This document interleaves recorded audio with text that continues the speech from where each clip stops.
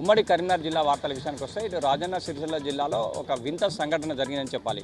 గ్రామ పంచాయతీ ముందు ఎవరో గుర్తు తెలియని వ్యక్తులు ఒక ఫ్లెక్సీని ఏర్పాటు చేసినటువంటి పరిస్థితి.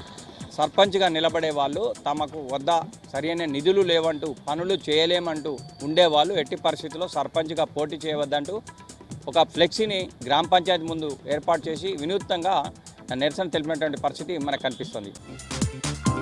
కరీంనగర్ జిల్లాలో దారుణ సంఘటన చోటు చేసుకుందని చెప్పాలి. ముఖ్యంగా అంటే డబ్బుల కోసం సొంత అన్నను సైతం హత్య చేయడానికి వెనుకాడని ఒక తమ్ముని ఉదంతం వెలుగులోకి వచ్చింది.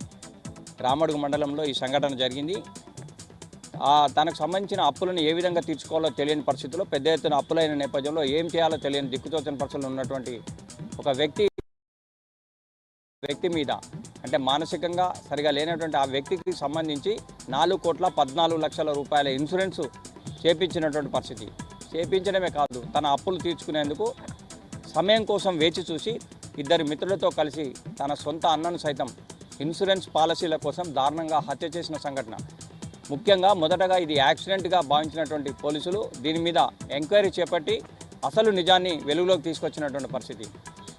ఈ సంఘటనకు సంబంధించి చూసుకుంటే ముఖ్యంగా తన అప్పులను తీర్చుకోవడం కోసం తన సొంత అన్ననే దారుణంగా హత్య చేయడమే కాదు, హత్య చేసి తనకు సంబంధించినటువంటి వాళ్ళ అన్నకు సంబంధించిన 4,14,00,000 రూపాయలను ఇన్సూరెన్స్ పాలసీలను కాజేయడం కోసం ప్రయత్నం చేసినటువంటి పరిస్థితి. ఈ యొక్క అప్పులను తీర్చుకునే ఉద్దేశంతో తన సొంత అన్నను సైతం హత్య చేసిన సంఘటన మాత్రం కరీంనగర్ జిల్లాలో ఒక దారుణ సంఘటనగానే ప్రజలు భావిస్తున్నటువంటి నేపథ్యం ఒక ఎత్తు అయితే, మానవత్వం మంట కలుస్తుందనడానికి ప్రత్యక్ష నిదర్శనం కూడా ప్రజలు భావిస్తున్నటువంటి పరిస్థితి.